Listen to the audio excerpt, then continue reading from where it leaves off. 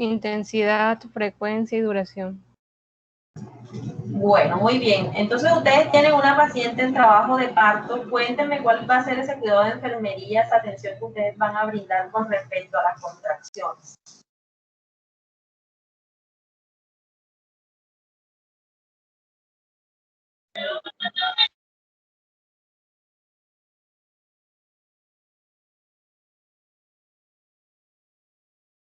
A ver, ¿quién contesta? ¿Ya saben cuáles son las características? Mirar cada cuánto se presentan las contracciones. Mirar cada cuánto se presentan las contracciones, ¿no? ¿Qué más?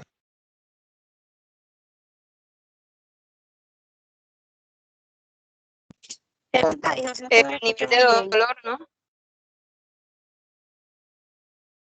No se te escuchó bien. Que mirar cada cuánto se dan las contracciones y qué tan frecuentes son, pues. La duración en segundos de cada contracción. Muy bien, ¿y esto por qué? Porque yo como enfermero debo estar atento a esto. Jefe, también porque, o sea, tiene que estar atento porque de ahí depende el tamaño de la dilatación que tiene la paciente, que pues va a tener el paro. ¿Qué me diría a mí que una paciente tenga 3 contracciones en un minuto?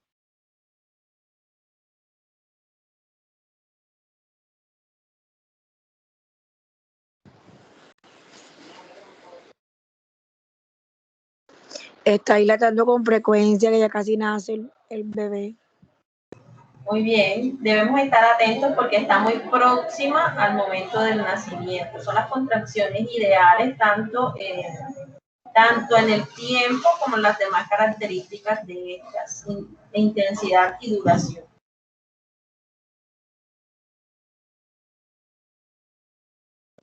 Profe, pero puede que la paciente esté con el correcto. ¿Con qué? Redondea la idea.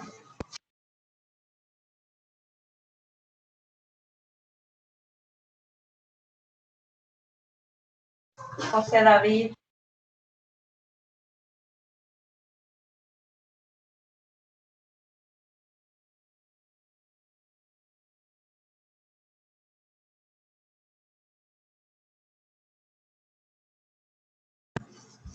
A ver, José, te escucho.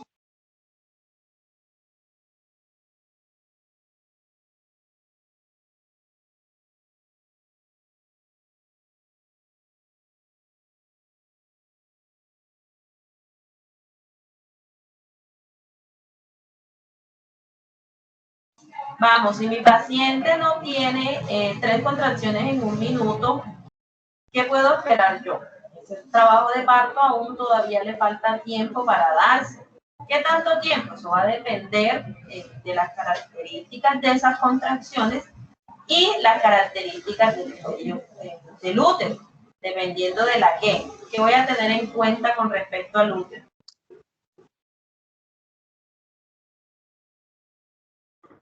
Jefe, no sé si será mi internet, pero yo no la escucho tan bien.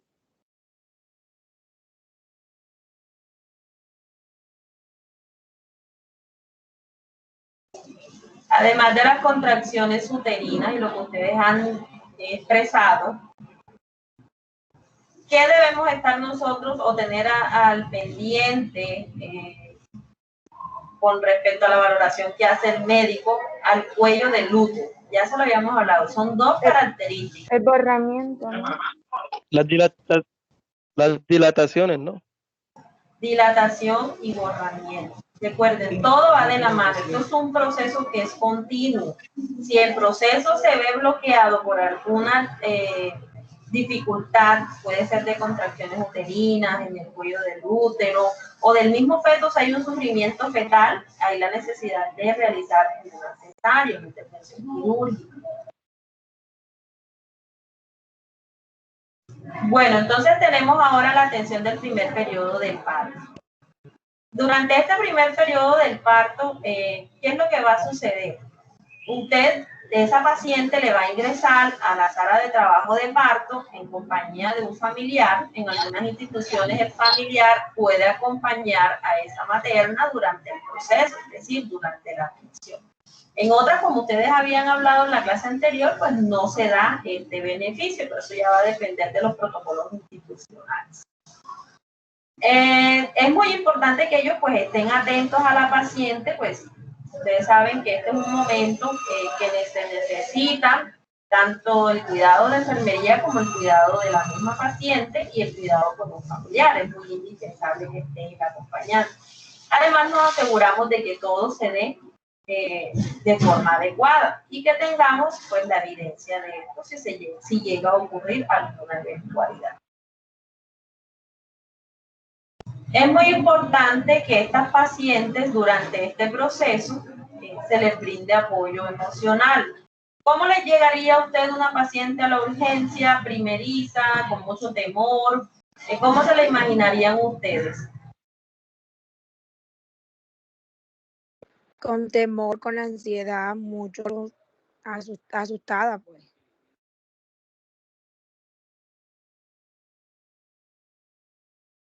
¿Qué más? Jefe, la dificultad a controlarse por los niveles altos de dolor. Muy bien, el dolor la haría gritar, ¿cierto? Incontrolablemente. Hay algunas pacientes que, dependiendo de la intensidad del dolor, de su umbral del dolor, van a vivir esa experiencia. No todas van a reaccionar de la misma forma. Entonces, usted debe brindar apoyo a esa paciente, educarla sobre el proceso que va a vivir, para que ella pueda disminuir los niveles de ansiedad y pues que se den toda la actividad que hay durante este proceso de la mejor forma posible.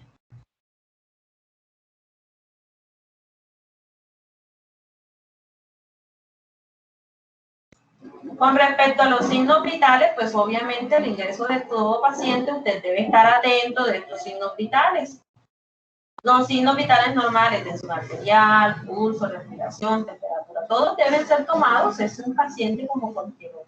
Diferente podríamos encontrar que la paciente llegara de pronto monitorizada, podría ser dependiendo del protocolo de la institución. Diferente también podrían encontrar que a la paciente les llegara con una inducción del embarazo,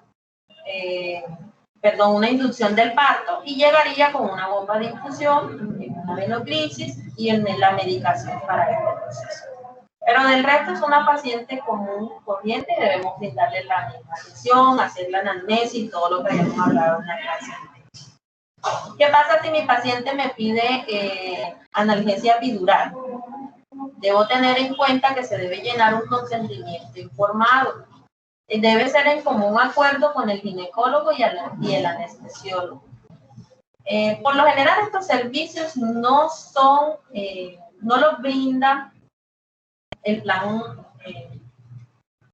no se le brinda a la paciente, o sea, es decir, la paciente tendría que generar este servicio, ese servicio se le generaría y esta debería cancelarlo por sus propios medios, es decir, sería como un procedimiento particular. Hasta el momento no está dentro del plan de atención del parto. En este caso, si se llega a dar la solicitud del servicio de analgesia epidural, la paciente debe ingresar al servicio cuando tenga los 4 centímetros de dilatación. Esta paciente será pasada a cirugía para que le realicen el procedimiento de la colocación del catéter epidural para la colocación de la anestesia. Esto va a ser directamente realizado por el anestesiólogo y él será el encargado de la administración de los medicamentos. Cuando el proceso del trabajo de parto demore más de lo pues, previsto y que ya la analgesia de la paciente se esté como perdiendo el efecto, él se le informará y volverá nuevamente a aplicarle una cantidad dependiendo de la dosis que le tenga que administrar a esa paciente. Esta actividad es netamente realizada por el anestesiólogo. Nosotros no administramos medicamentos, pero sí debemos estar atentos a cualquier reacción que se pueda presentar. Recuérdenme cuántos centímetros de dilatación tiene que tener la paciente para llenar partograma. Jefe, ¿puede repetir la pregunta, por favor? ¿Con cuántos centímetros de dilatación se inicia el registro del partograma? No son con 10, jefe. Mal. Jefe, yo no le escuché bien. Con 4. Muy bien, con 4, jefe. Muy bien, con 4 centímetros de dilatación se iniciaría a llenar el registro de partograma la paciente. Ya eso lo habíamos hablado en la clase. Ah, Recuerden, yo es un entendí mal. registro que lleva el médico cuando la paciente identificamos que está en 4 centímetros de dilatación, se inicia, ellas la pasan a trabajo de parto y se inicia el registro del partograma. Nosotros no llenamos partograma, enfermería no llena partograma, por lo menos dependiendo del protocolo, porque si usted se encuentra en un protocolo que diga que sí, usted lo tendrá que hacer y será capacitado pues para eso en su momento. Pero sí tenemos que estar vigilantes de que el médico lo realice. ¿Qué me brinda el partograma durante esa atención? ¿Cuáles son los beneficios o cuál es la función que tiene llenar o registrar la información del proceso en ese registro de partograma?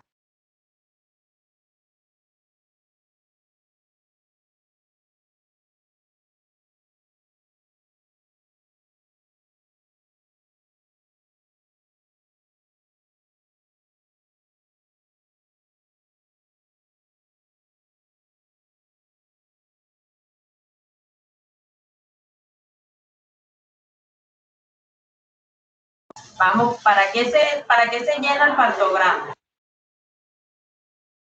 Para calificar la dilatación, jefe. ¿Para qué? Como dice en la diapositiva, para saber la situación Para de calificar la materna. la dilatación. Y en el partograma se registra la posición materna, los signos vitales maternos, la frecuencia cardíaca fetal, la dilatación, el borramiento, la estación, el estado de las membranas, recuerde si están íntegras o no, la variedad de la posición en la que se encuentre ese feto, la presentación, las contracciones por las que está cruzando la paciente. Si la paciente tiene algún método que esté aliviando el dolor, por ejemplo la anestesia epidural, es importante para nosotros conocer todos estos datos. Además, como les había comentado, el partograma nos da indicios de la hora aproximada del parto. Y así nosotros podemos prever esta situación que se presente este evento y esperarlo, porque nosotros tenemos diferentes pacientes, no solamente van a tener una paciente en trabajo de parto, pueden tener, por ejemplo, 20 pacientes y dos pacientes en trabajo de parto. Entonces es indispensable nosotros conocer, calcular el tiempo en el que podrá ocurrir este trabajo de parto, o más bien el nacimiento de ese paciente.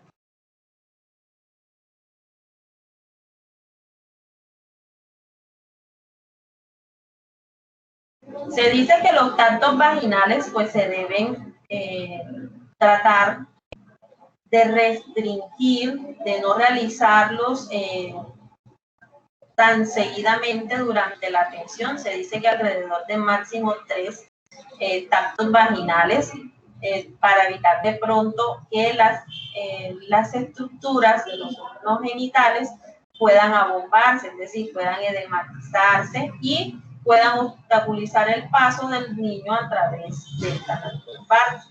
Este examen o esta exploración vaginal, este tacto vaginal, pues es un examen que lo realiza el médico. Muchas veces ustedes pueden encontrarse la situación que están atendiendo la paciente y la paciente o el familiar quieren que el médico esté constantemente revisando si la paciente ha dilatado o si la paciente ha borrado. El familiar no le va a decir así, pero es técnicamente lo que él buscaría, que usted le diga si ya la paciente está lista para el momento del parto. Entonces nosotros debemos educar sobre la realización de esto, para que ellos más o menos sepan que el paciente le van a realizar, esa paciente se le van a realizar esos tactos conforme a la valoración que se registre en el partograma. Si el partograma le indica a usted que cada 30 minutos, cada hora usted va a ir a hacerle la valoración a la paciente, entonces el médico irá por lo general cada hora hacerle la valoración, realiza sus datos, usted está atento, él está atento a los cambios que se den en el cuello del útero.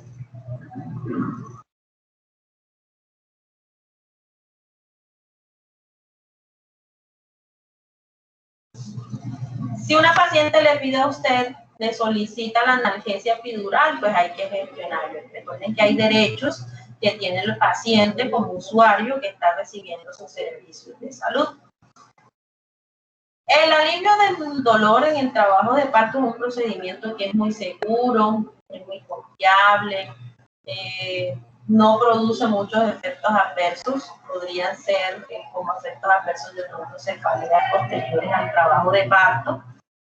De pronto, para el momento del trabajo de parto, los pros que habrían en este es que las contracciones uterinas en la paciente podrían verse un poco afectadas porque ella no sentiría la misma estimulación. El dolor estimula a la paciente para que ella puje.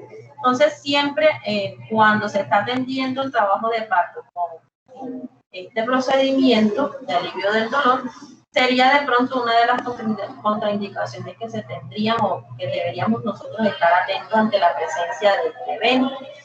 Entonces estaríamos atentos a la frecuencia cardíaca fetal, a la actividad uterina, donde valoraríamos la frecuencia, la intensidad y la duración de las contracciones. Muchas veces estas pacientes le van a manifestar a usted que sienten dolor. El alivio del dolor en el trabajo de parto no significa que usted le van a suprimir del todo el dolor. Puede sentir, algunas pacientes manifiestan alguna leve molestia y otras le pueden manifestar un poco más de dolor.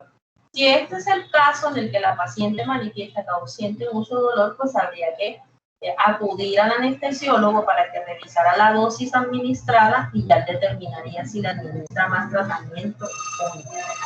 Lo digo porque de pronto las pacientes tienden a creer que porque les aplican anestesia en el parto no van a sentir ningún tipo de dolor. Es una molestia como un pequeño dolor. Bueno, esto se hace, pues, se hace solicitud de la paciente. Y hay que, pues, nosotros asegurar que se le brinde este servicio. ¿Qué contraindicaciones tiene esta analgesia neuroaxial en la paciente? Que de pronto puede que haya un rechazo de la madre, puede que haya una coagulopatía, una infección local o sistémica, o se puede dar también, aquí no me deja ver lo que está.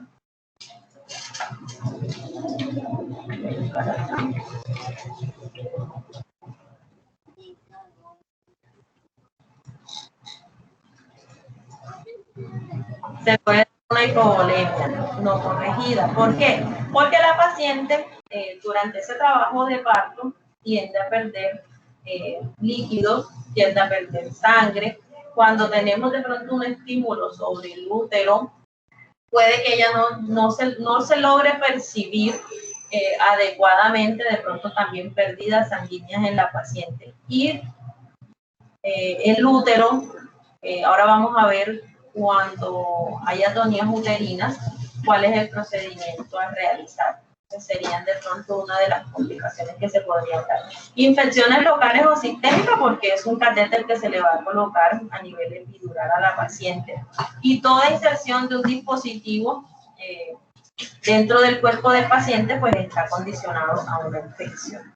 Coagulopatías en la paciente, porque la paciente pues está sometida al proceso anestésico, y rechazo de la anestesia por parte de la paciente. Es muy raro que ocurran eventos adversos producidos por la administración de los anestésicos, pero sí se dan. ¿Qué efectos pueden provocar? Pueden provocar en la paciente lesiones a nivel cerebral o del sistema nervioso central como tal. Casos conocidos, pues les comento que sí he logrado observar pacientes que después de la administración de la anestesia pues tienen este tipo de complicaciones. ¿Qué debemos tener nosotros en cuenta? Estar vigilantes de la frecuencia cardíaca fetal del paciente. Recuerden que les había dicho que en qué momento es el más indicado para tomar la frecuencia cardíaca fetal con el Doppler.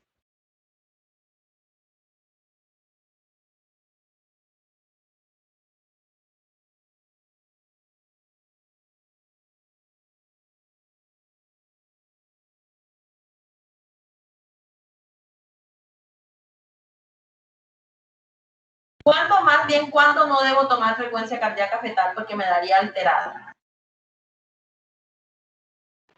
Jefe, disculpe, no debería tomarse cada 30 minutos la frecuencia cardíaca fetal, ¿no? Sí, pero yo les dije en la clase pasada que hay una condición para nosotros tomar la frecuencia cardíaca fetal durante el trabajo de parto. Que la paciente no tenga ¿qué? Contracciones. Muy bien, que la paciente no tenga contracciones, muchachos, porque si le tomo la frecuencia cardíaca fetal durante este proceso, recuerden, la paciente está recibiendo un estímulo directo sobre el útero, se está contrayendo, hay menos espacio en el feto y por ende se pueden ver alterados los signos vitales. Si uno de ellos la frecuencia cardíaca fetal. Entonces, el momento ideal para la toma de la frecuencia cardíaca fetal es cuando esté en reposo. Cada medición de la frecuencia cardíaca debe tomarse durante un minuto completo. Cuando nosotros tenemos o utilizamos el Doppler fetal para tomar la frecuencia cardíaca, debemos primero tomar el gel conductor, aplicarlo en el Doppler, nunca sobre la piel de la paciente. Tomamos el Doppler y lo colocamos sobre la punta del mango del Doppler. Y posterior a esto, ya tuvimos que haber observado o calculado dónde está ese corazoncito de ese feto para poder ubicarlo en el Doppler. Si durante las prácticas que ustedes estén realizando, es importante que ustedes de pronto recuerden esta parte. Si vamos a hacer los laboratorios, pues también recordar cómo es el proceso para la ubicación del corazón en el vientre materno. Entonces ya hay unas maniobras que son las maniobras de Leopold que le dicen o le permiten a usted conocer cómo está ubicado este feto dentro del vientre materno. Dice que cada 30 minutos durante la fase activa. Sí, cada 30 minutos es importante tomar la frecuencia cardíaca fetal, pero esa actividad la hace usted como protocolo. Listo, pero lo que les estaba preguntando era específicamente en qué momento se tomaba la frecuencia, para que ustedes me dijeran que no se debe tomar durante una contracción.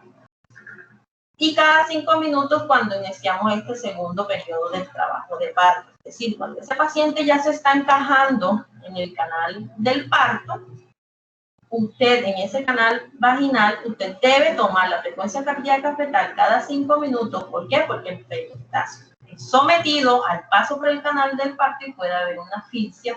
El paciente puede manifestarles a ustedes un sufrimiento fetal porque de pronto tiene una circular de cordón y la frecuencia cardíaca fetal puede descender. Entonces, usted como jefe, usted debe identificar que la frecuencia cardíaca está disminuyendo para poder oportunamente de pronto realizar un procedimiento quirúrgico. En el caso que se necesite llamar al médico y comentar, usted puede hacer también un monitoreo fetal durante el trabajo de parto y poder que el médico tener o tomar acciones para la terminación del embarazo, pero por procedimiento. Dice que no se debe realizar amiotomía ni administración de oxitóxicos de rutina para cortar la duración del trabajo de parto.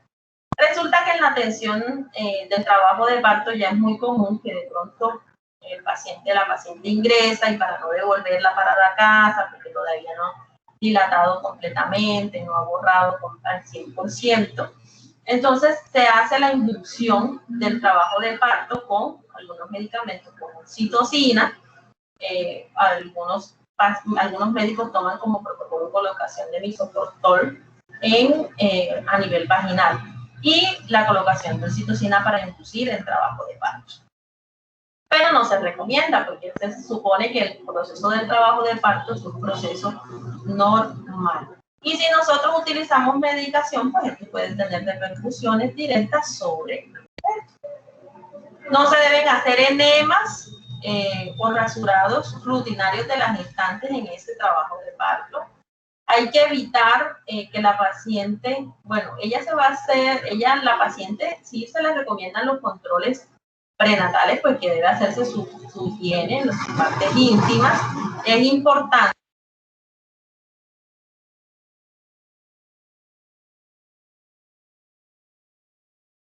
Es importante que la paciente haga pues su higiene, sus zonas genitales, pero también es importante educarla que lo ideal es que antes del parto o en las horas próximas, lo ideal es no realizar este tipo de procedimientos. ¿Por qué? Porque va a haber la utilización de equipos de instrumental quirúrgico y ella está expuesta a infecciones. Al alcanzarse la fase activa del expulsivo, la paciente, cuando ya finaliza la etapa o la fase activa, ella va a pasar a esa sala de parto. Hay instituciones en las que tienen a las pacientes en una sala preparto y luego pasan a la paciente. Cuando ya está en ese proceso del expulsivo, la pasan a la sala de parto como tal. Pero estas son esas instituciones que de pronto atienden muchos partos con mucha frecuencia. Entonces no sería lo ideal si tienen 3 salas para la atención del trabajo de parto. No sería lo ideal que tuvieran a la paciente ahí esperando en esa sala. Hay otras instituciones en las que se tiene la sala de parto, pero no se tiene una camilla ginecológica, sino que se tiene una cama ginecológica. Y esta cama ginecológica pues tiende a ser mucho más cómoda para la paciente. Hablo, por ejemplo, Hospital San Jerónimo, si nos toca rotar en Hospital San Jerónimo, si llega a suceder, entonces Hospital San Jerónimo atiende el trabajo de parto de esa manera, como una sala preparto donde está la paciente ubicada, y cuando ya es el momento del parto la trasladamos a sala de parto y se le hace la atención de ese expulsivo. Por ejemplo, Clínica Saima. Clínica Saima maneja salas de parto, pero son habitaciones en las que usted encuentra la habitación, una cama ginecológica, y usted le brinda la atención a la paciente desde que está en 4 centímetros de dilatación hasta el momento del parto. Son mucho más cómodas para este proceso. Resulta que la paciente hay que evitar en ella deshidratación durante el trabajo de parto. La administración de líquidos en la paciente durante el trabajo de parto no se debe hacer por vía oral, debe hacerse a través de líquidos endovenosos. Entonces, de pronto, ustedes observarán que a la paciente le ordenan líquidos como solución salina o destrozan agua destilada, además de las soluciones en las que la paciente se le debe administrar la inducción del parto, la oxitocina.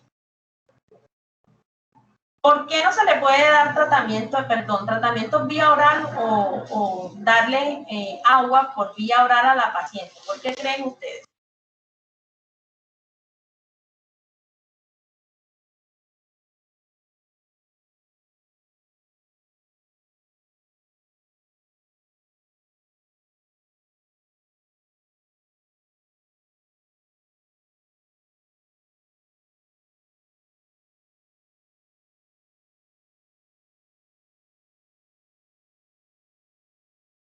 A ver, ¿por qué no se le puede dar nada vía oral a la paciente? Nada por boca. No se le puede dar agua ni bebidas. A ver. Profe, porque tiene riesgo de pronto de aspirar. No, no es por broncoaspiración. Otra persona, a ver si me comenta. Porque se puede orinar. Nada, muy mal.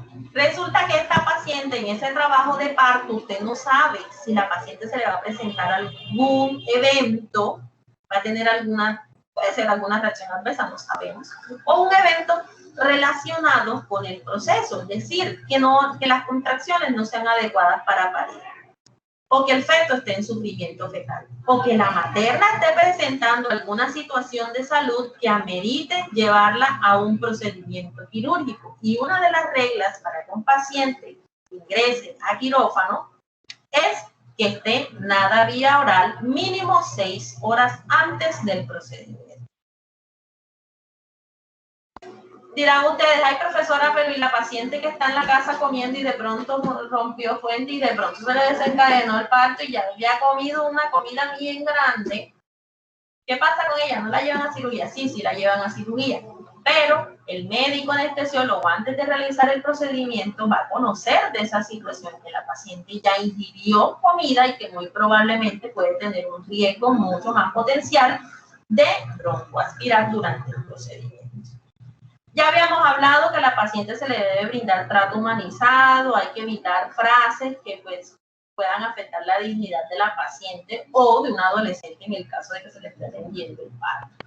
Nada de esas frases que se utilizaban antes, que ahora sí lloras, que no sé qué, no sé qué. No, debemos atenderla a ella como una persona con un trato humanizado, respetuoso, para que ella en ese momento de ese trabajo de parto viva una experiencia agradable, porque usted le puede brindar una atención muy buena y puede estar en la institución, en la mejor institución del mundo, pero si la persona que la está atendiendo le habla de una manera inadecuada, usted va a tener ese recuerdo durante toda su vida.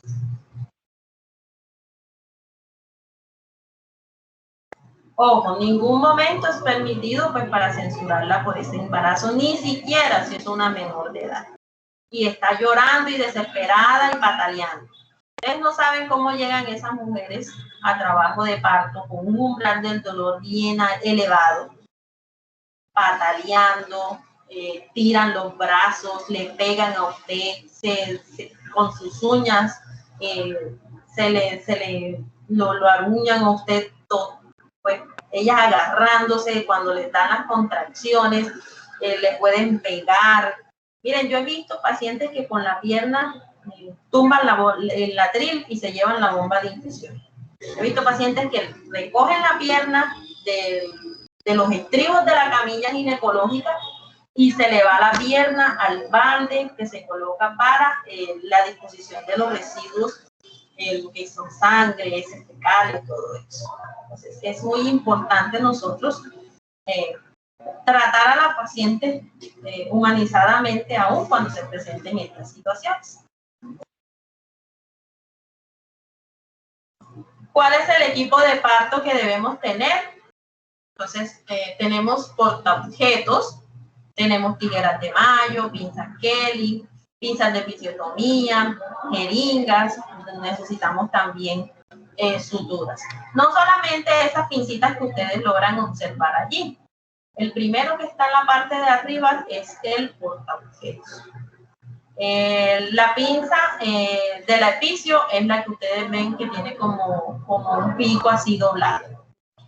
Las tijeras, las pinzas Kelly, pues ustedes las ven allí, las curvas y las rectas, y las tijeras de Mayo para hacer pues corte, por ejemplo, del cordón umbilical. No quiere decir que solamente se utiliza una sola pinza, allí porque la imagen pues tiene el número de pinzas que, más bien la imagen de las pinzas que usted va a encontrar en el equipo de trabajo de parto, en esa cubeta que ustedes ven allí. Pero ustedes pueden encontrar esas pinzas Kelly o esas tijeras de episiotomía o esas tijeras de Mayo y los portaobjetos en diferentes tamaños. Listo, entonces dependiendo del número de la pinza que le pida el médico, se le suministrará si es el caso de que usted sea quien instrumente el trabajo de parto. Hay que estar de pronto atentos, conocer el instrumental, saber diferenciar entre una y otra.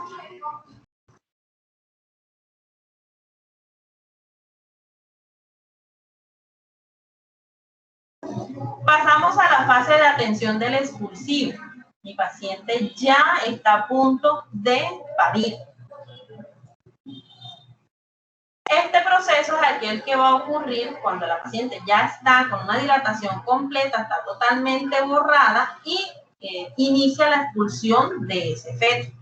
Se va a dividir en dos fases, una que es el periodo expulsivo pasivo y el otro periodo expulsivo activo, donde el periodo expulsivo pasivo es donde está la dilatación completa, el borramiento y la dilatación, y se puede dar que sea en ausencia de contracciones involuntarias del expulsivo también, es decir, La paciente no va a tener contracciones, pero ya usted observa que el cuello está totalmente dilatado y borrado.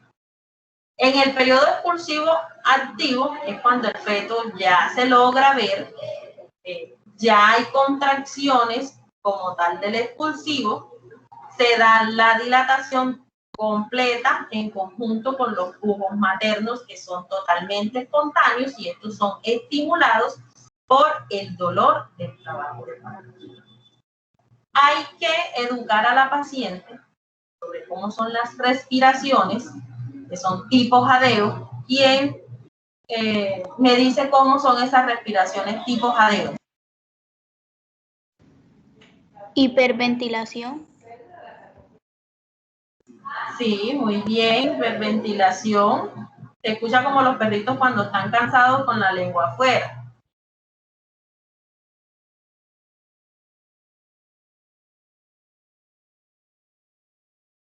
Durante este periodo, que es quizás el más crucial del trabajo de parto, es muy importante que usted como jefe de enfermería tenga un contacto con la paciente visual y verbal, ayudarla, orientarla, animarla, ayudar a disminuir con estas actividades la ansiedad en esa paciente. Además de usted estar al mando de la frecuencia cardíaca fetal. O sea, usted no necesita que el médico le diga que tome la frecuencia cardíaca fetal. Usted debe empoderarse de este proceso sin dejar de lado la atención de la materna. Siempre el jefe de enfermería va a estar a un lado de la paciente. Técnicamente, como ustedes ven en la imagen, el señor que la está acompañando a ella, imagínense que es la enfermera que está tomándola de la mano. Esa situación se puede presentar. Hay pacientes que no desean que el familiar esté en la sala de parto y es usted a quien le toca apoyar a esta paciente. No se deben realizar maniobras de Teller como la que observan en la imagen de abajo. Esta maniobra ayuda no a estimular las contracciones, ayuda a que en el momento de la contracción usted realice la maniobra que está realizando la enfermera y ayude a descender a ese feto. ¿Por qué? ¿Por qué se puede dar esto? Porque la materna tiene contracciones muy irregulares, de muy poca intensidad o duración, porque el paciente puede estar en sufrimiento fetal y necesitamos que ese paciente salga al medio exterior. No se recomienda porque hay muchos riesgos en la realización de esta, sobre todo si la persona no está capacitada y no sabe cómo es la forma adecuada de realizarla. Usted debe ubicar el fondo del útero de la paciente y tomar el brazo como la tiene en ese caso la enfermera, que de esta manera lo está realizando ella, pero usted lo puede realizar estando bajo la camilla, no necesariamente encima de la camilla. Y debe uno hacer como una rotación en el brazo para... Si se hace mucha fuerza sobre el fondo del útero, lo que vamos a hacer es lesionar los órganos internos de la paciente. La paciente puede sangrar internamente producto de la presión que usted le ejerció. Y usted ni siquiera darse por enterado que la paciente está sangrando y cuando usted se viene a dar cuenta, termina la atención del parto y la paciente enseguida inicia el proceso de shock hipovolémico y usted se ve inmerso en un código rojo. Y usted ni siquiera se da por enterado que la paciente está sangrando. ¿Cómo se da cuenta usted que la paciente está sangrando? Porque a cambio de los signos vitales, usted la ve sudorosa, pálida, se puede desmayar. Inmediatamente usted piense, uno, le abro los líquidos, puede ser que la presión esté bajita, para eso necesito haberle tomado la tensión arterial, verifico si la presión arterial se encuentra baja, por debajo de los niveles normales, yo le abro los líquidos a chorro y posterior a eso verificamos con el médico en conjunto los signos y síntomas que esté presentando la paciente. Hay que evaluar el bienestar fetal durante este proceso. Recuerden que debemos utilizar el Doppler fetal para esto. También podemos utilizar el monitoreo fetal, que se les realiza un monitor fetal y realizar un monitoreo durante el trabajo de parto. Esto de pronto no se ve en todos los trabajos de parto, pero es un procedimiento que se podría realizar. Hay que estimular a la paciente que tenga flujos voluntarios, es decir, que por sí misma ella logre que ese feto se encaje, descienda o que salga al exterior también. ¿Por qué? Porque si nosotros le estimulamos con una maniobra, por ejemplo, con maniobras de Christelle, podemos generar una lesión en esta paciente. Y debemos enseñarla que durante esa contracción que ella va a tener en esa fase activa del expulsivo, en ese momento debemos enseñarla a cómo tener un buen pujo. El buen pujo en una paciente se ve como la imagen que ustedes ven en la parte superior. El mentón de la paciente va a estar sobre su esternón, prácticamente sobre su esternón, tocando el pecho de la paciente, y ella puede hacer fuerza con sus manos y pujar. ¿Cómo es pujar? Es hacer un pujo en sus genitales, no morderse los dientes, no gritar, no hacer fuerza en las manos. Es como cuando la persona tiene deseos de defecar y no lo puede hacer y tiene que hacer mucha fuerza para poder eliminar las heces fecales. Ese es el buen pujo. Usted sienta en el periné la presión y esto haga que la contracción sea eficaz por medio de ese pujo y que ese feto pueda descender.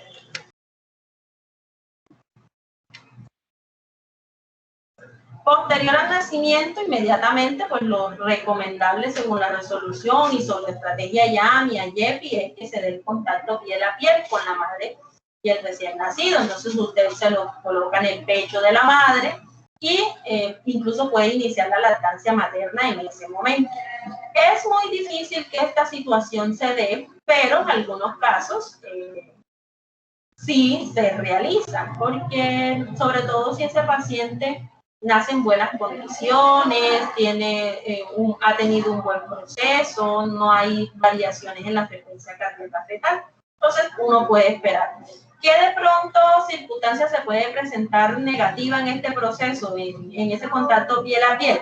Que las actividades posteriores al nacimiento se pueden ver truncadas. Por ejemplo, el enfermero le toca tomar una muestra del cordón y esta sangre se puede coagular.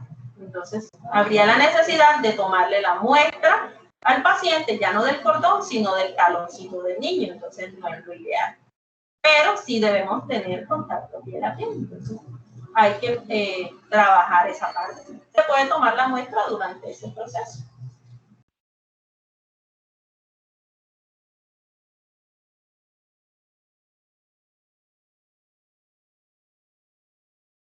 Ahora vamos a hablar de dos tipos de pinzamientos del cordón umbilical. Entonces se habla de un pinzamiento tardío y de un pinzamiento inmediato. Donde el pinzamiento tardío se da o se realiza después de 2 o 3 minutos de haber nacido. En el pinzamiento inmediato es al minuto del nacimiento.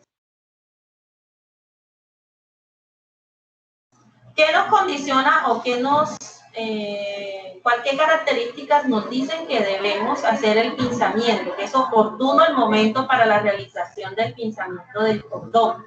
Debemos tener en cuenta que debe haber interrupción de los latidos del cordón umbilical. Cuando el niño nace, ese cordón umbilical, usted lo toma entre sus dedos y usted siente los latidos todavía, el paso de la sangre a través de esas venas y esas arterias. ¿Qué también debemos tener en cuenta? Disminución de la ingurgitación de la vena umbilical, ese mismo proceso que usted observa, que se va a decir como desvaneciendo.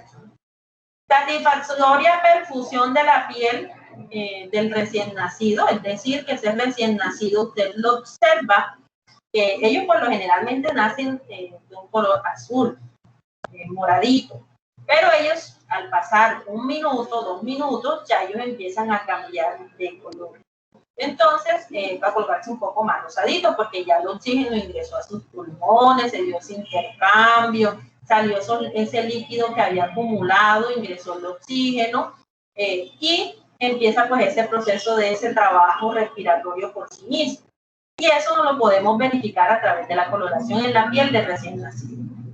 En el pinzamiento inmediato se da cuando el pinzamiento inmediato, o sea que inmediatamente nace el recién nacido, podemos realizar ese pinzamiento de cordón. Se debe a situaciones desfavorables para el proceso, por ejemplo, que se haya presentado un desprendimiento de la placenta y es inminente la realización de algunas maniobras en la paciente, de pasarla de pronto a cirugía, y necesitamos pues cortar ese cordón umbilical sin esperar que ese cordón umbilical deje de latir. Si hay placenta previa, si hay una ruptura uterina con más razón, o sea, es una eventualidad que no da espera. Desgarros del cordón, muchas veces el cordón es muy delgado, muy frágil, y cuando usted está haciendo durante el nacimiento, durante ese proceso de la tensión, él se puede desprender, se puede desgarrar, entonces hay la necesidad de cortar el cordón para que no haya una pérdida sanguínea. Un paro cardíaco materno, pues hay que brindarle atención a la materna lo antes posible, entonces tocaría pinzar el cordón. ¿Con qué se hace el pinzamiento del cordón umbilical? Con un Cord-Clamp o un clap. ¿Cuál es ese? Esa pincita que ustedes observan, esa pincita que de pronto las mamás todavía guardan con el resto del cordón umbilical que se cayó en ese. Eso es uno de los insumos que se necesitan para la atención del trabajo de parto. Sencillito, pero tan útil y tan necesario, que puede dificultarle a usted la atención si usted no tiene oportunamente esa pinza. ¿De dónde a dónde se debe tomar la distancia para colocar la pinza? Se dice que alrededor de 2 a 4 centímetros desde la cicatriz umbilical hacia el cordón umbilical. Entonces, más o menos la distancia que ustedes logran observar en la imagen.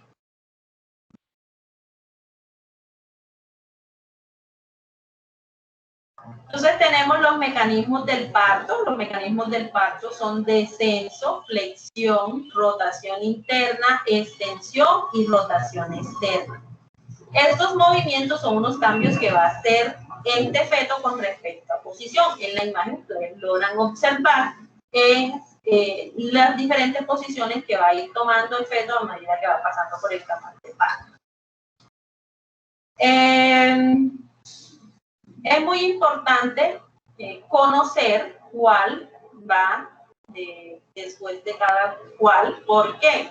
Porque nosotros debemos estar atentos a que se dé adecuadamente este mecanismo. De pronto el recién nacido, lo más normal es que nazca mostrándole a usted el occipucio, que es lo que nosotros llamamos la mollera en el paciente, en la cultura o las personas pues, que desconocen de los términos en el área de la salud, que digamos de la mollera. Bueno, esa mollerita es el occipucio en ese paciente, que es lo que de pronto primero vamos a observar el caput de ese recién nacido, después el occipucio y después la cara.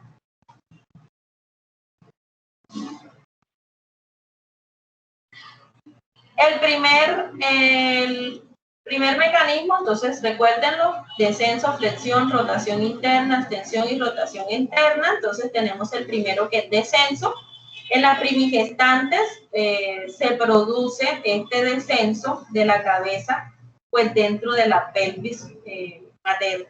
En las multigrávidas el descenso no es tan significativo para este proceso y se puede producir después que ya el trabajo de parto como tal ha comenzado. Es mucho, recuerden que el proceso en las multigrávidas es mucho más rápido, entonces se acorta pues ese tiempo de la posición o de la búsqueda de una comodidad dentro del útero para este proceso. Se produce por los efectos de las contracciones que hace que el fondo del útero y la estimulación de las contracciones a través de las fibras musculares del útero hagan que el recién nacido vaya buscando la posición más adecuada para salir al medio. ¿Quién hace esos cambios? El recién nacido por sí solo, no hay que estimular, no es un proceso natural. ¿Qué pasaría que de pronto de pronto por las estructuras óseas o por el peso, el tamaño de este paciente, se pueda ver o puede haber una interferencia con respecto al descenso y entonces terminaría la paciente en un procedimiento quirúrgico. ¿Por qué? Porque el paciente no puede empujar hacia abajo, no se puede acomodar en esta regla. Se dice que el paciente pues ha descendido cuando el diámetro biparietal, que es el diámetro que hay en la cabecita del recién nacido, está en el estrecho superior de la pelvis. Entonces, en la paciente se dice que está encajada, que en este momento se le dice que el feto está encajado.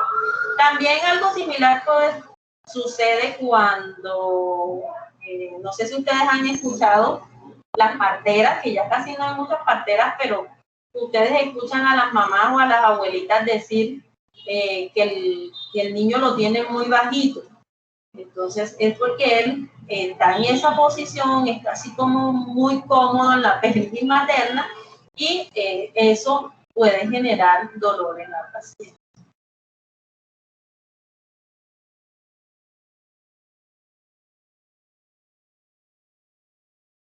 Se dice que la distancia que hay entre las espinas isquiáticas, es decir, ustedes saben que las sínfisis del pubis se separan en el momento o se ensanchan en ese momento del trabajo de parto. La distancia que puede haber es alrededor de 5 centímetros.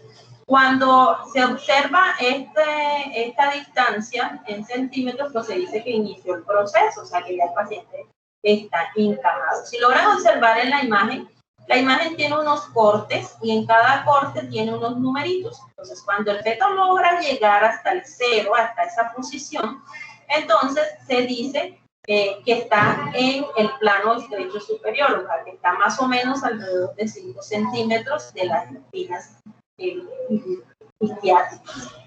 A esa distancia, usted puede observar la cabeza de ese feto dentro del cuello del útero de la paciente. Se puede llegar a observar y sobre todo en los momentos de la contracción.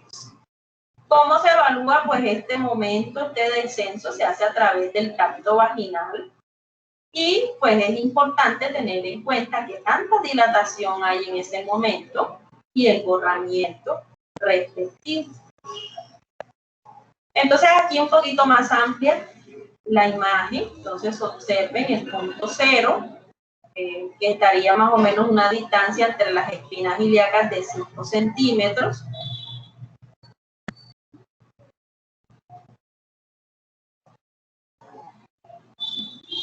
Tenemos el mecanismo de flexión. Entonces, después que ya este feto ha descendido, viene la flexión que hace. ¿Qué sucede con la flexión? Él va a hacer una flexión en su cabeza.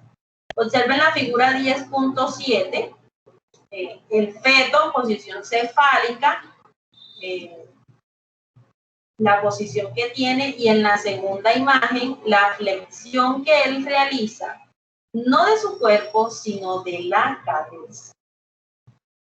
La cabeza se flexiona y él intenta pegarla con la barbilla al esternón, y por ende, esto va a hacer que se presente un diámetro mucho menor para el momento de la salida a través del canal de parto.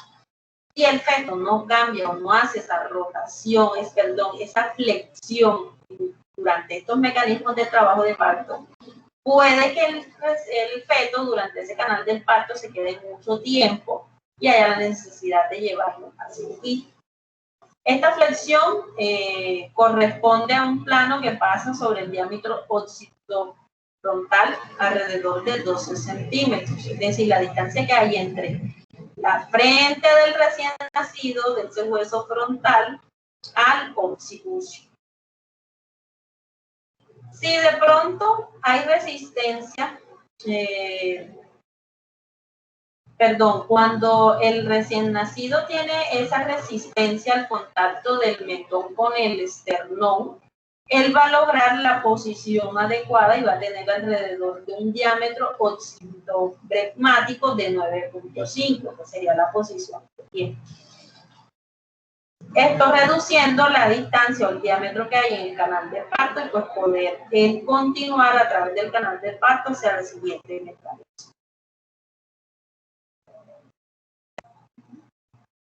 En la imagen que tienen debajo, a la derecha, pues logran observar la segunda, la B, que es el movimiento de flexión. Él hace una leve rotación dentro, pues al inicio del canal vaginal, pero esa rotación pues no se tiene como tal en la literatura, solo que para visualizar ese proceso. Rotación interna, después que ya ha descendido, ha tenido una flexión, luego viene una rotación que realiza el recién nacido para ubicarse en la posición adecuada para el nacimiento. Ellos siempre nacen con la cabecita hacia abajo. O sea, la cabecita viene hacia abajo y lo primero que usted va a ver es la parte posterior de la cabeza. Y luego usted va a ver el occipucio, posterior a eso usted verá la frente y luego la cara del nacido. Hasta allí llegaría ese momento durante ese expulsivo. Ya después de que este recién nacido, toda su cabeza está al exterior, ya con un tubo la paciente puede lograr que ese recién nacido salga al exterior. En la imagen, la rotación interna la podemos observar, que es la C. Ya Anabel había hecho su flexión, luego hace una rotación, cambia de posición. En esta la cabeza pues va a penetrar mucho más en la pelvis materna y el occipucio, que es la parte frontal de la pelvis, va a estar alrededor de unos 45 grados durante esa rotación.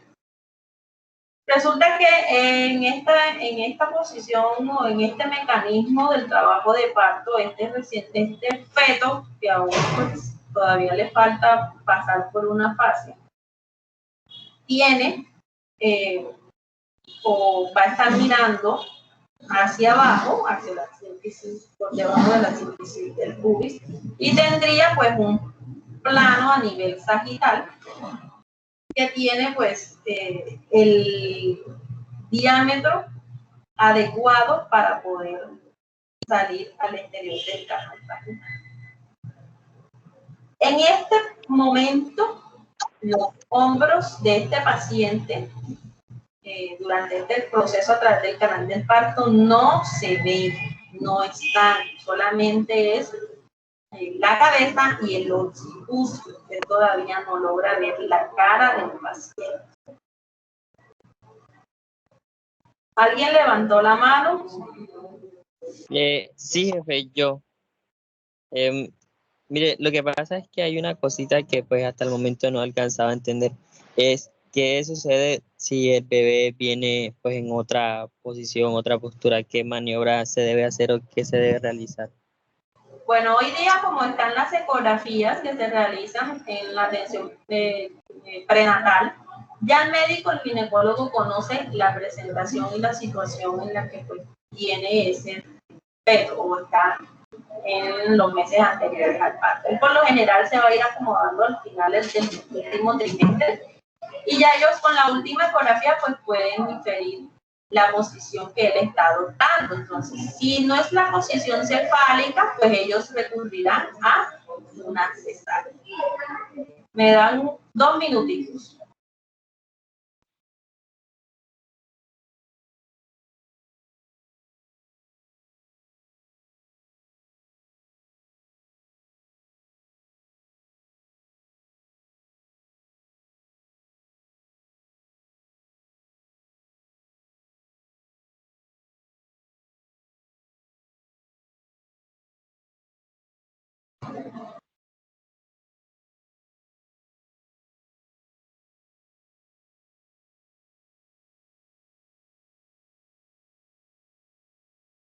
Bueno, esta rotación que se da pues a nivel interno va a ocurrir cuando la cabeza pues ya va a alcanzar el plano de las espinas ciáticas. ¿Dónde está? Bueno, aquí donde está la C, donde ya termina de indicar, ahí observamos el final de la herida.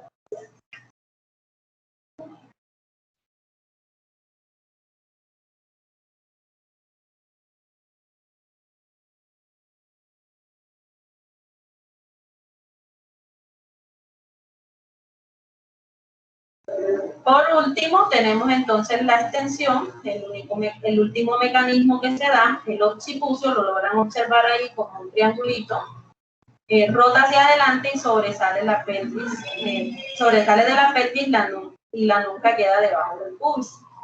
Aquí en este proceso pues se extiende la cabeza hacia el exterior, usted logra observar la cara y nace ese occipucio como tal. Luego la frente y después usted observará la cara del recién nacido. En este momento es crucial para enfermería porque incluso el médico pues realizará también atención. Si usted logra observar que el recién nacido viene con las membranas íntegras, pues se romperán en este momento.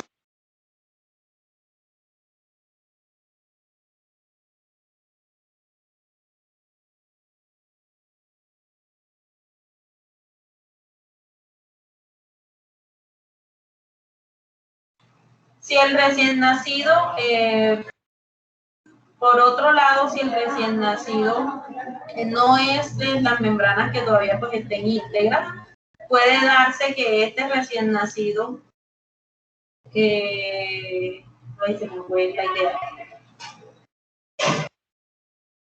Ya en este momento el recién nacido, pues usted le logra observar la cara, que estaba diciendo. En este momento nosotros como enfermería, o sea, el cuidado que nosotros podemos brindar a este paciente, va a estar directamente relacionado con la limpieza de las secreciones con las que viene el momento del nacimiento. Si usted puede tomar una gasa, una compresa también en sus dedos y limpiar las secreciones, el exceso de secreción de boca, de nariz, de los ojos en la cara. ¿Listo? El médico por lo general es el que realiza esto, pero es muy importante que si usted observa, usted también pueda pues, realizar este proceso. Durante este proceso, el médico debe tener guantes estériles para la atención del recién nacido y usted como jefe de enfermería que va a hacer la atención directa de ese recién nacido también debe tener guantes estériles. Entonces, con una gasa estéril o una compresa estéril, pues realizar este proceso. Ya luego, la cabeza va a girar hacia un lado. Este es un proceso normal, la cabeza gira y el cuello, pues usted parece que lo viera como un poco torcido con relación a esos hombros. A los hombros aún no se logran observar. El médico realiza una maniobra de tracción hacia abajo y sobresale el hombro del paciente. En muchos casos puede darse que el paciente está muy grande, tiene un tamaño considerable y puede quedarse en el canal de parto y usted se le dificulte la salida del resto del cuerpo del paciente. Entonces ellos tienen ciertas maniobras en las cuales ellos toman al paciente por su cabecita y traccionan hacia abajo. Es una maniobra que hace el médico, el ginecólogo. Traccionan hacia abajo y es como si se tirara de él. De pronto uno al verlo, uno cree que pues como se ve en el recién nacido, uno creería que le está haciendo daño a ese feto. Bueno, ya el niño pues, prácticamente ya pues ha nacido. Pero es una maniobra muy sencilla, no le genera mucho trauma. El único trauma que de pronto podría presentarse es que se pueda fracturar la clavícula en el paciente. Entonces, si hay la necesidad de estas maniobras, hay que estar muy atentos al examen físico que realice el médico, el pediatra, informarle de la maniobra que se realizó, de cómo fue el proceso, para que él pueda tomar decisiones con respecto a la valoración por pediatría. Luego viene el alumbramiento, la atención del alumbramiento. ¿Quién me recuerda cuando hablamos de alumbramiento, hablamos de qué? Desprendimiento de Salida de la placenta. Muy bien. Ya el feto nació, ya tenemos recién nacido. Inmediatamente Se espera el tiempo para el corte del cordón. Si no hubo ninguna contraindicación, el pisamiento del cordón se hará al minuto de haber nacido. Si hay algún tipo de contraindicación, pues se hará inmediatamente y este recién nacido será entregado por el médico al jefe de enfermería o al auxiliar en el caso en el que el auxiliar atienda o haga la atención del recién nacido. Usted se dedica a hacer la atención del recién nacido, que eso es otra parte que vamos a ver, y el médico, con el auxiliar que está instrumentando el trabajo de parto, con el jefe que está instrumentando el trabajo de parto, harán la atención del alumbramiento. Entonces, ¿qué es el alumbramiento? Pues es la salida de la placenta, es ese manejo que se va a dar del alumbramiento, va a ser posterior al nacimiento. Cuando después de un minuto de que ese niño ha nacido, se ha cortado el cordón umbilical, se le entregó a la jefe de enfermería, se procede a hacer el alumbramiento, se palpa el abdomen de la materna, vamos a identificar dónde está el útero.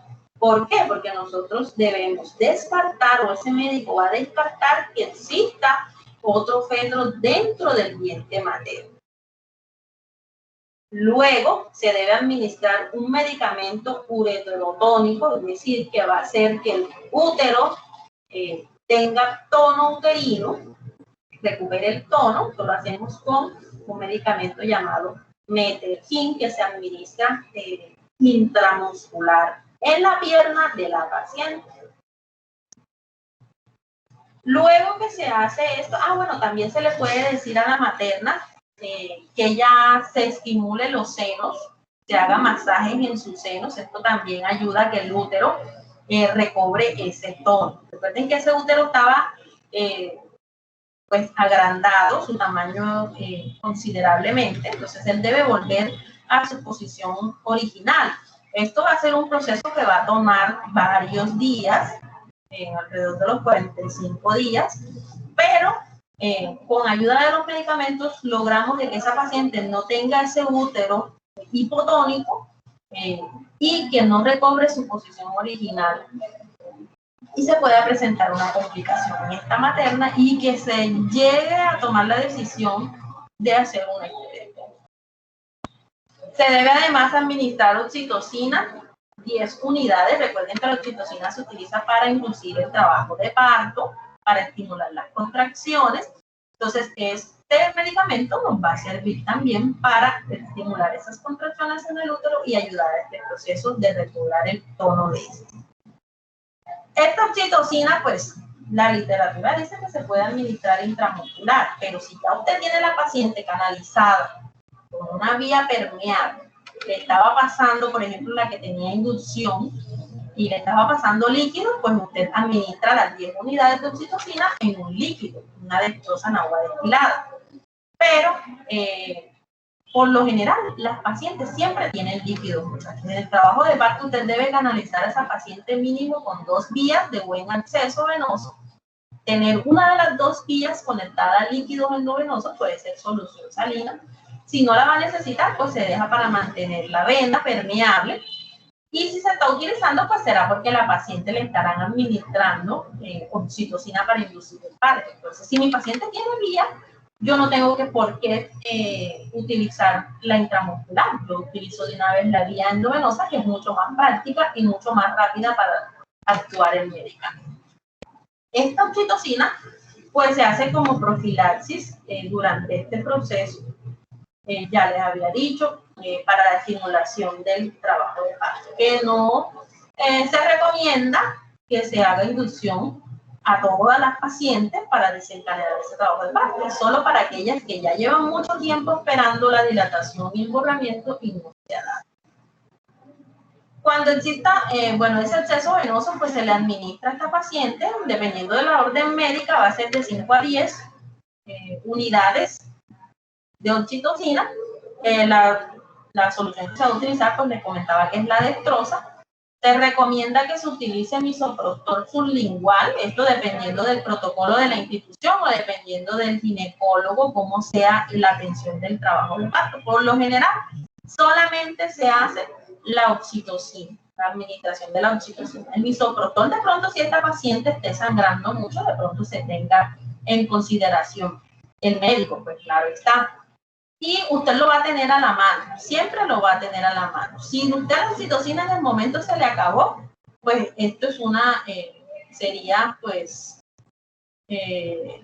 una opción que se podría tener en cuenta. Les comento que cuando uno está en un trabajo de parto o uno está en la atención del trabajo de parto, usted va a contar con un kit.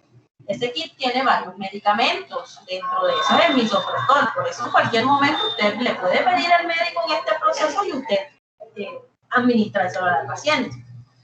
En ese stock de trabajo de parto ustedes pueden encontrar medicamentos como dipirona, que se le administra a la paciente después de la atención del alumbramiento. Ustedes pueden encontrar diclofenaco, pueden encontrar silocaína para colocar sondas, las sondas que se le pueden pasar a la paciente para evacuar vejiga durante el trabajo de parto, diferentes soluciones salinas, dextrosas,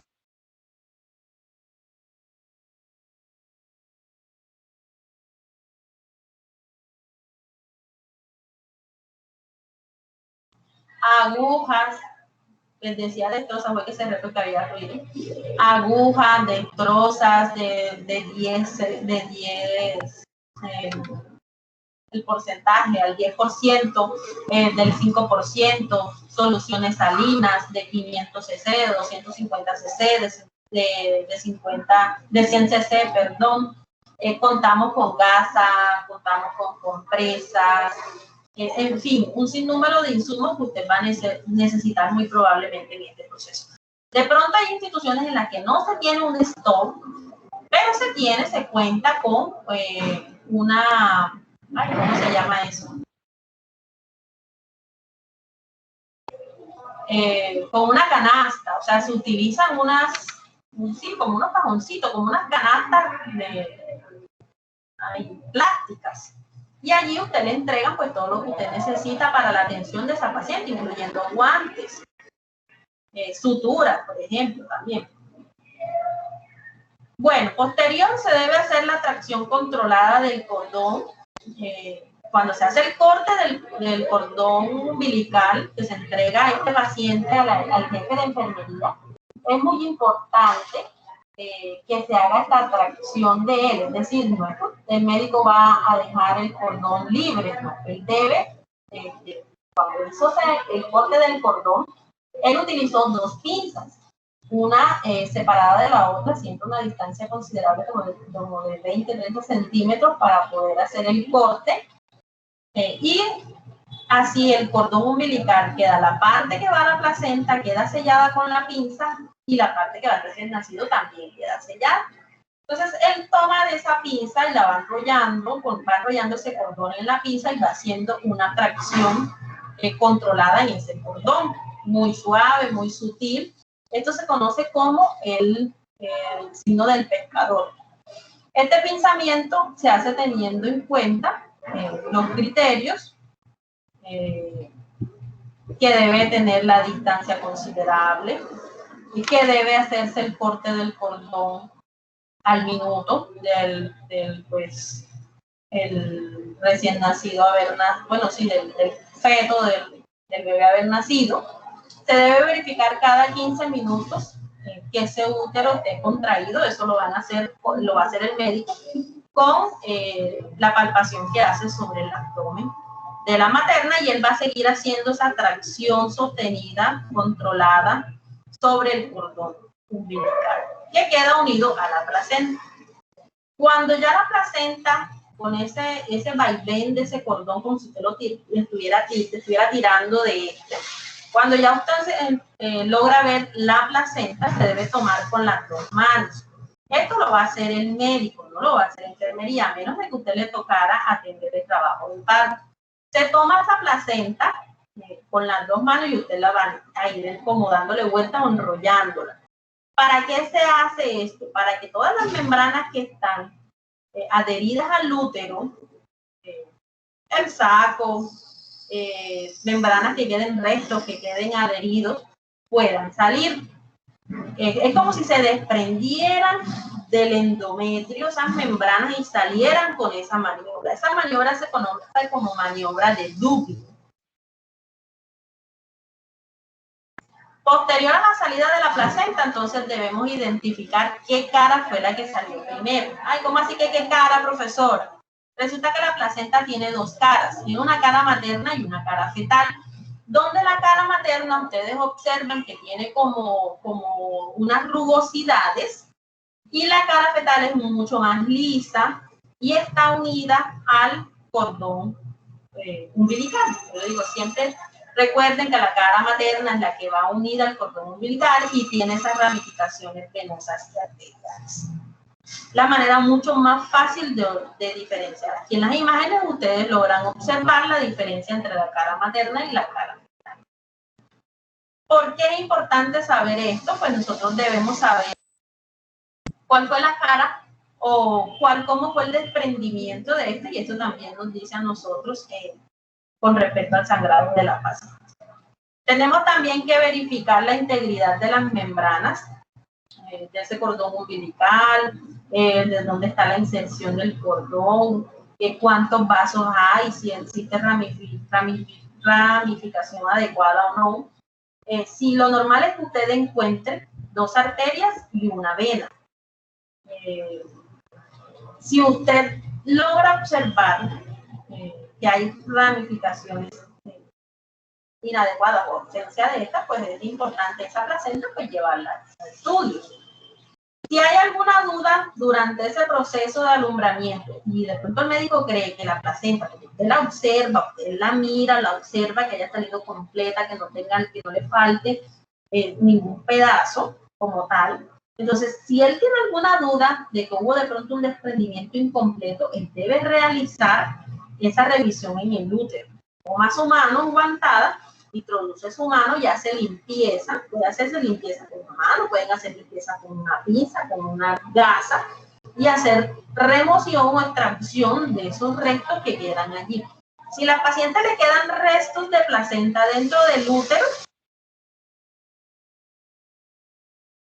lo más probable que pase en esta paciente es que tenga un sangrado mucho más activo. Entonces, ojo con esto, hay que estar muy atentos. Si ustedes ven que esa placenta no sale íntegra, entonces hay que tener mucha vigilancia al respecto. La cara materna, esas rugosidades que ustedes observan se llaman cotiledones. Y la cara fetal, recuerden que siempre va a estar unida al cordón umbilical. Usted va a ver el amnios, que es la capa superficial que hace ver la placenta como azulita, como grisecita, y los vasos coriónicos, la ramificación que se observa.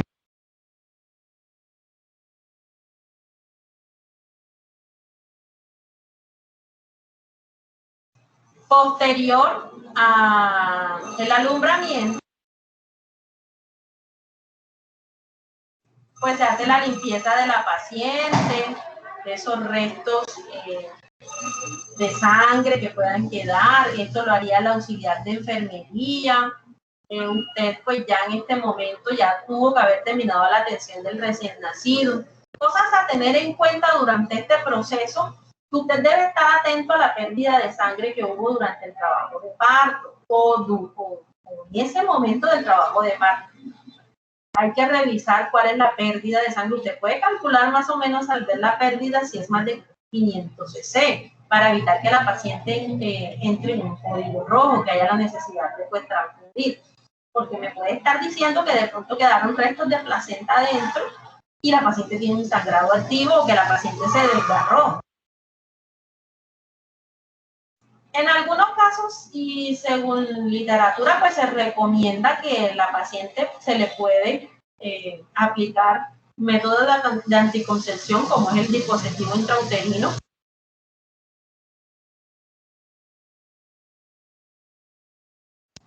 Se dice que este se debe hacer antes de realizar suturas, en el caso de que se hayan hecho episiotomías, y dentro de las primeras 48 horas después de haber parido. Por lo general, esto no sucede, muchachos, en el ambiente hospitalario. Eso es muy difícil que suceda, nada más que sea una atención de un primer nivel.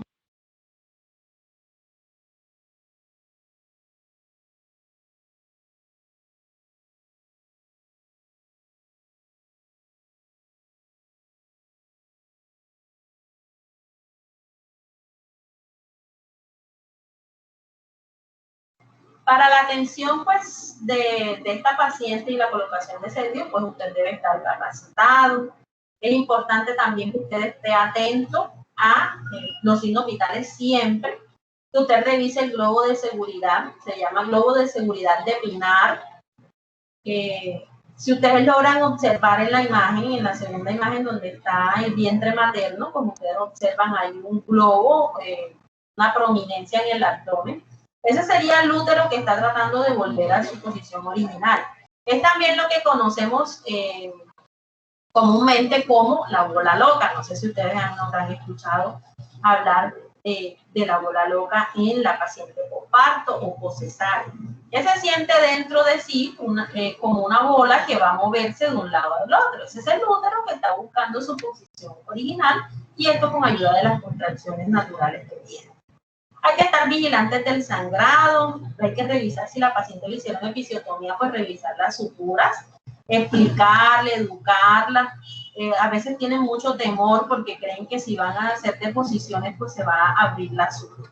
Entonces hay que brindarle mucha educación y posterior a las suturas y ya a la atención y cuando ya estén al alta, pues decirles pues, que deben tener una muy buena higiene. ¿Qué pasa si se presenta una hemorragia? Pues hay que evaluar a la paciente, si es necesario remitirla, si está en un primer nivel de atención, hay que identificar qué es lo que está pasando, buscar la causa, hay que estabilizar a la paciente, colocar líquido, administrar glóbulos rojos, o sangre total, eso dependiendo de la orden que tenga el médico, asegurando pues que la paciente no le suceda una muerte materna. ¿Qué debemos tener nosotros para la atención? Pues es indispensable tener un kit de emergencia obstétrica. Este kit pues lo tienen todas las instituciones, esto es vigilado por las secretarías de salud. ¿De qué consta? De todos los insumos que necesitamos para la atención de una eventualidad, de una eventual hemorragia. Tenemos guantes, tenemos líquidos, expansores de volumen, se cuenta con mantas térmicas, usted cuenta con tijeras, cuenta con bandas elásticas, usted puede contar. Hay instituciones que tienen, no tienen mantas térmicas, sino que tienen son como los inflables.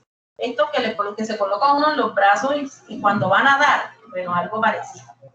Para la atención de esta materna. Para esto tenemos una clase que se llama Código Rojo, entonces no vamos a entrar pues mucho en detalle, pero sí les voy a dejar la observación que deben averiguar qué contiene ese kit de emergencia obstétrica para cuando estemos hablando de la atención del Código Rojo.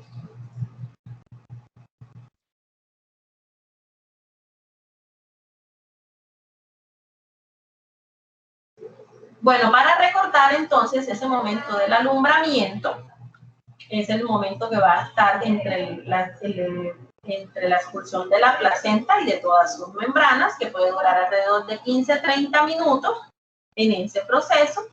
Que en este se coloca el recién nacido al seno materno, se le brinda el contacto piel a piel. Se puede también estimular la succión de él, dar lactancia materna, o que la materna se haga estimulación sobre los senos o se le aplique medicación con oxitocina. Oxitocina y metergina. Si la paciente, es muy importante, se me había olvidado, si la paciente es hipertensa, ojo, no se le administra metergina en este momento. Para la salida o el alumbramiento, pues está condicionado a las contracciones y a la retracción uterina que se hace después de la expulsión de feto, o sea, esa tracción que se hace con el cordón umbilical, maniobra que realiza el médico. Para que se pueda dar, pues debe haber desprendimiento o separación de la placenta y la posterior expulsión.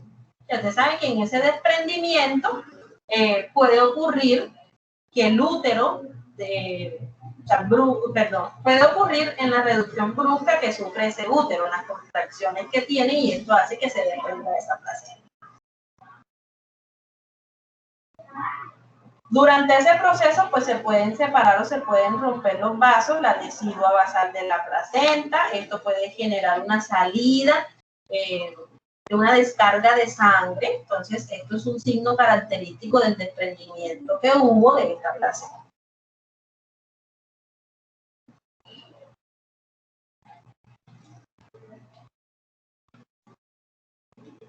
Recordemos las caras, tiene cara materna, cara fetal. En la literatura pues se conoce como cara tipo Schulze y cara tipo Dulca. La cara fetal es la cara más común, es decir, alrededor del 80% de los partos es la cara que se observa en la salida, a la salida de esta placenta o de este alumbramiento. La cara Dulca pues se presenta pues su cara materna. Ya ustedes conocen que la vamos a identificar por los cotiledones, y en la materna, pues en la fetal, pues por la membrana del corium amnios y el cordón umbilical y los vasos umbilicales, que deben ser dos. Uno venoso deben ser dos, y estos van a, si no se identifica, pues nosotros tenemos que hacer estudios de la placenta. ¿Qué vamos a tener en cuenta para saber si se está desprendiendo esa placenta? Pues va a haber una elevación del fondo del útero, se va a formar el bolo, por ende, el bolo de seguridad de Pinard. Va a haber un alargamiento del cordón, porque si ya se desprende el cordón, pues el médico lo va a ir enrollando en la pinza, va a ir observando que está saliendo mucho más cordón, y eso es un signo característico. Se producen algunas contracciones uterinas, muy leves, no igual que en el parto, son muy leves. Se observa la salida profusa de una descarga de sangre. La palpación de la placenta, pues en la vagina de la paciente, el signo de pistón y el signo del pescado. El signo de pistón es un signo en el cual se hace tracción cefálica del segmento para valorar ese ascenso del cordón. ¿Qué consiste el signo del pistón? El signo del pistón es una maniobra que se hace con la pierna de la paciente. Vamos a levantar la pierna de la paciente y ella va a quedar, una de las dos piernas de la paciente va a quedar un poco más elevada que la otra, y esta se le va a hacer una abducción, se va a hacer una separación de esta, logrando pues un vértice, o que ella, como les explico así. La pierna va a hacer presión a los lados, y el útero es como si quedara mucho más apretadito dentro del vientre materno, del abdomen de la madre. Cuando usted levanta la pierna de la materna, incluso el glúteo de la paciente va a quedar un poco más elevado, y usted va a hacer una tracción hacia arriba y hacia afuera. También tenemos el signo del pescador. El signo del pescador es el que les he estado hablando, que el médico tracciona el cordón suavemente, ese cordón va y viene, y él va a ir saliendo. Si el cordón no hace ese signo de tracción, de que usted siente un poquito de resistencia, pero él se deja extraer, quiere decir que la placenta todavía está adherida. Y unido a esto, pues también que el médico va a ir recogiendo el cordón, y él va observando que hay desprendimiento de esta o salida del cordón. Si esa placenta no se desprendió, se siente que hay tracción, es decir, que usted está tratando de alar el cordón y hay una resistencia en el fondo del útero. Entonces, en este momento, no se recomienda realizar pues el signo placentario sin un procedimiento anestésico. La madre puede pujar para ayudar a que salga la placenta, pero muchas veces son llevadas a cirugía para hacerlo en el medio quirúrgico.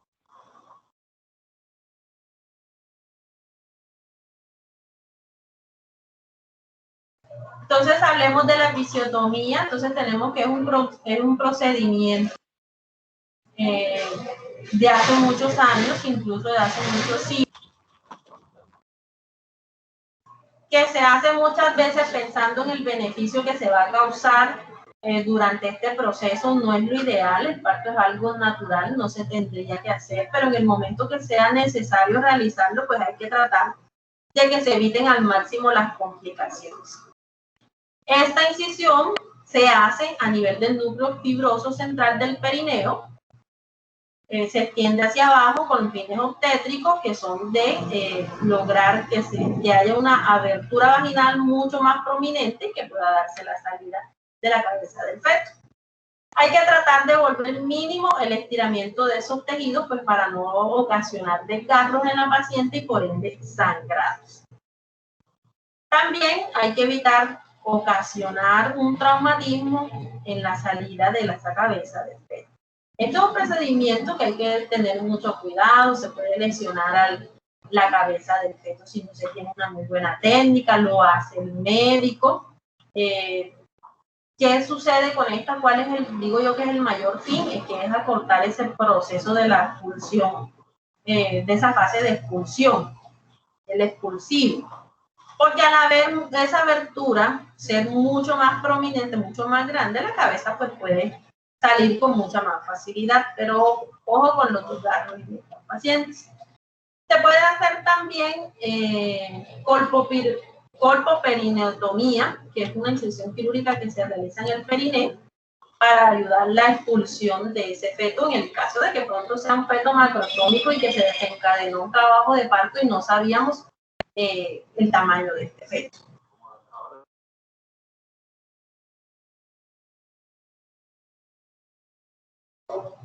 Entonces, ¿cuándo se dice que está indicado? Se dice que está indicado con fines profilácticos para ampliar la parte inferior de la vagina, la vulva y el periné y que pueda haber la salida del feto.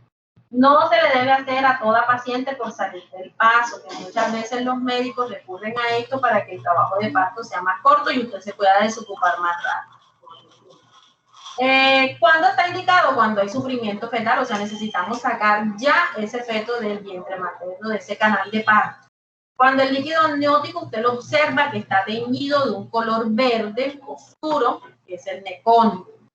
El feto hizo deposición dentro del vientre materno y entonces necesitamos extraerlo lo más rápido posible. Cuando hay macrosomía fetal, hay alguien que tiene... Yo sé que yo tengo bastante ruido, pero hay alguien también, entonces para que revisen allí.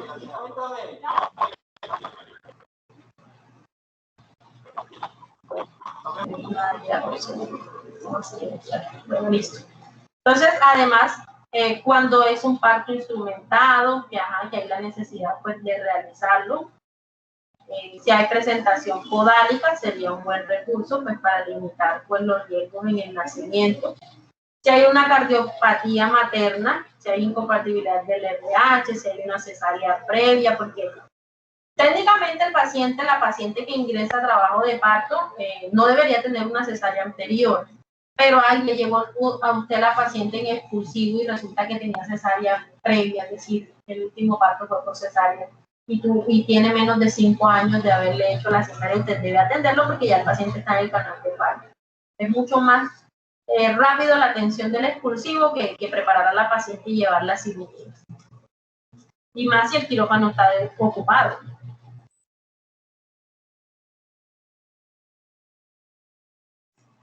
Bueno, entonces, ¿qué tipos de episiotomías hay? Hay dos tipos. Hay la media, la episiotomía media y la mediolateral.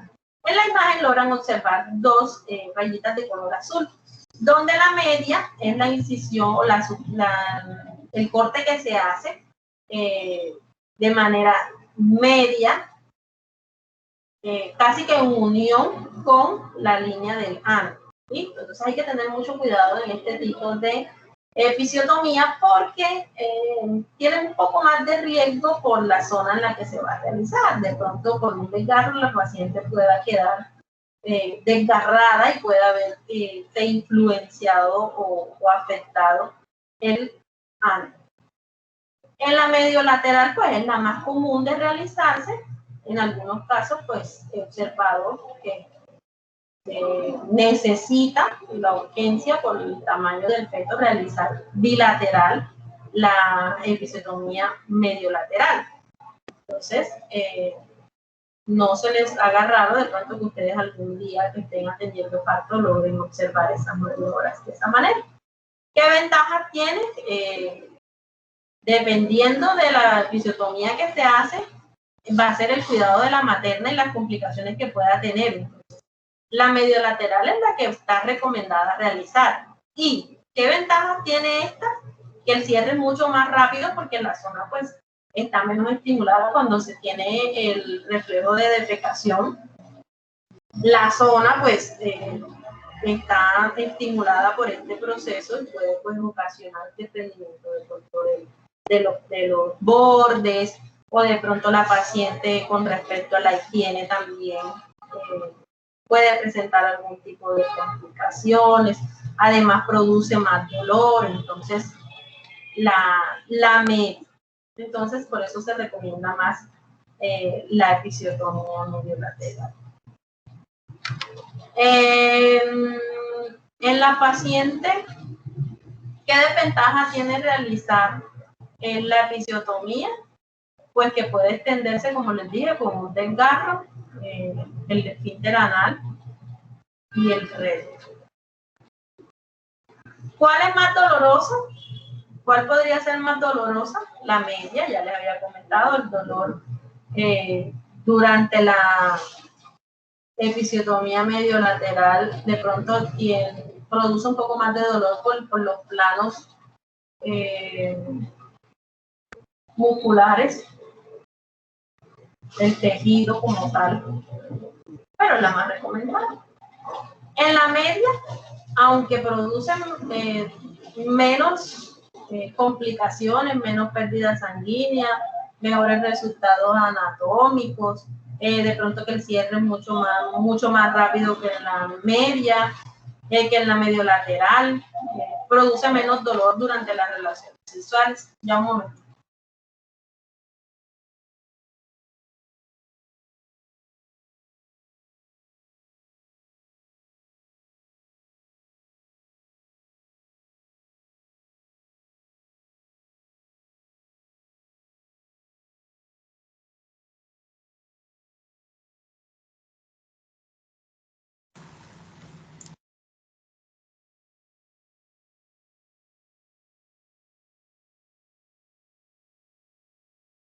No se está escuchando nada, profe. No están hablando, José. Ella no está hablando.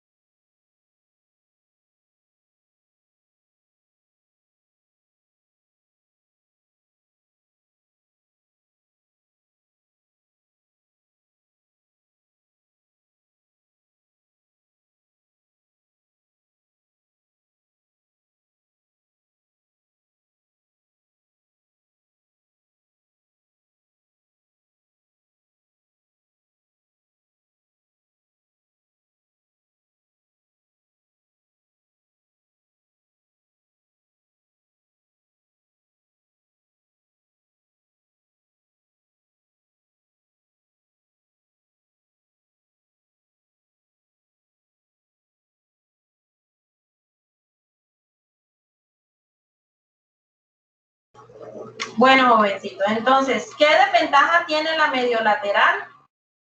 En cuanto a desventaja, perdón, yo les puedo decir algo, yo tengo aquí cruzado esto. ¿Qué ventajas y qué desventajas tiene? Estamos hablando de las ventajas y las desventajas. En cuanto a la mediolateral, la ventaja es que hay menos posibilidad de que se vaya a lesionar el esfínter anal y el recto. Eso lo había dejado claro. La posición que tiene mediolateral brinda mayor abertura de ese orificio vaginal. Por ende, pues la salida del feto va a ser mucho más fácil. Permite de pronto pues esa ampliación. Si usted necesita mayor ampliación, pues ya como último recurso se podría hacer bilateral. Digamos que es un feto macrosómico y que está ya en sufrimiento fetal, sería pues el caso. No es que ustedes van a ver eso cada rato, no. Solamente si amerita el caso, la paciente no le conocimos ecografía, no sabemos que el feto viene así, llegan expulsivos, nos encontramos con esa situación, llevamos 40 minutos en el trabajo de parto y el paciente ahí en el canal de parto 40 minutos y usted tiene que sacar ese recién nacido de ahí, porque si no van a ser deprimidos. ¿Qué desventajas le ofrece el realizar la mediolateral? La cicatriz va a demorar mucho más en desaparecer. El dolor puede ser mucho más frecuente. Hay mayor pérdida sanguínea porque hay que cortar el tejido y está más vascularizado. En cuanto al momento de las relaciones sexuales, ya posterior al cuidado de la paciente durante sus 45 días de puerperio, pues va a ser mucho más doloroso. Puede de pronto también asociarse a incomodidad y de pronto temor de la paciente porque va a sentir alguna molestia. Y hay mayores riesgos de infección porque está más hacia el lado lateral y está hacia la entrepierna y ustedes saben que tiende a humedecerse la zona donde hay pliegues y acumular microorganismos. Entonces hay que educar muy bien a esa materna para que no se produzcan infecciones posteriores a este procedimiento.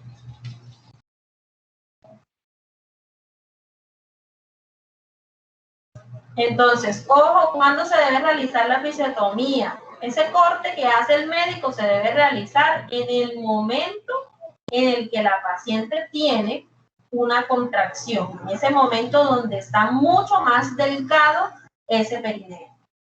¿Listo? Además, hay que tener en cuenta que no se debe hacer muy anterior al proceso del expulsivo, porque recuerden que dependiendo del tipo, va a haber pérdida sanguínea y va a estar expuesta la paciente a desgarro.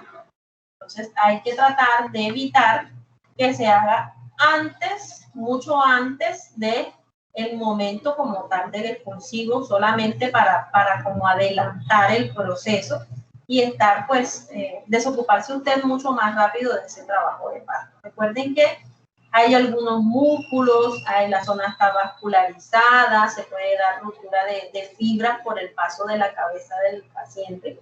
Si usted le está haciendo maniobras de Christeller a la paciente, usted está estimulando una salida que no es normal en el proceso y eso también puede generar desgarros en la paciente. ¿Qué equipo se debe tener? Pues debemos tener un campo estéril. Por lo general la paciente está en un campo estéril dentro de ese proceso de trabajo de parto que usted hace un campo estéril con ella. Se debe tener tijeras puntaromas o tijeras de episiotomía, se debe tener jeringas desechables, se debe tener portaobjetos, debe tener la sutura con que va a suturar usted a la paciente posterior, gasas, debe tener solución salina, silocaína para hacer la aplicación del anestésico local. ¿En qué momento le aplican ese anestésico local a la paciente? También durante la contracción. El médico debe introducir, vamos a ver dónde estaba la imagen, aquí.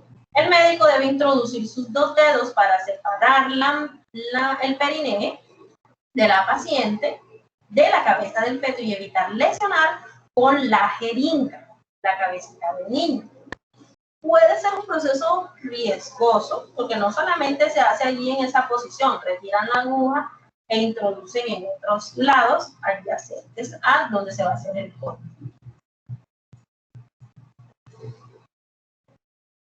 Pues la técnica que se debe tener en cuenta consiste en la limpieza de la paciente. Observen, en la primera imagen tenemos el 1, el 2, el 3, el 4, el 5, el 6. Así debe ser la limpieza como una limpieza que se realiza en el quirófano para la colocación de una sonda vesical o la realización de una cesárea. Es el mismo.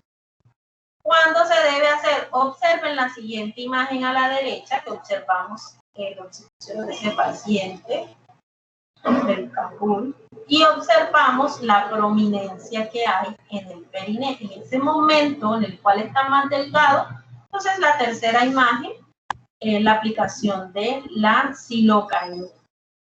Y posterior se hace el corte, dependiendo de la técnica que vaya a utilizar y del tipo de episiotomía que se vaya a realizar. Episiotomía es el corte. Episiorragia es la sutura que se va a hacer posterior a esa episiotomía. Esa sutura se hace en vagina y vulva y perineo. ¿Listo? De afuera, de adentro hacia afuera. Todo esto después que ha culminado el proceso del parto, el proceso de alumbramiento, se han limpiado el útero, la cavidad, no hay restos placentarios, se verifica todo eso y ahí sí procedemos a realizar las. Bueno, entonces ya con esto culminamos la parte de la atención del parto.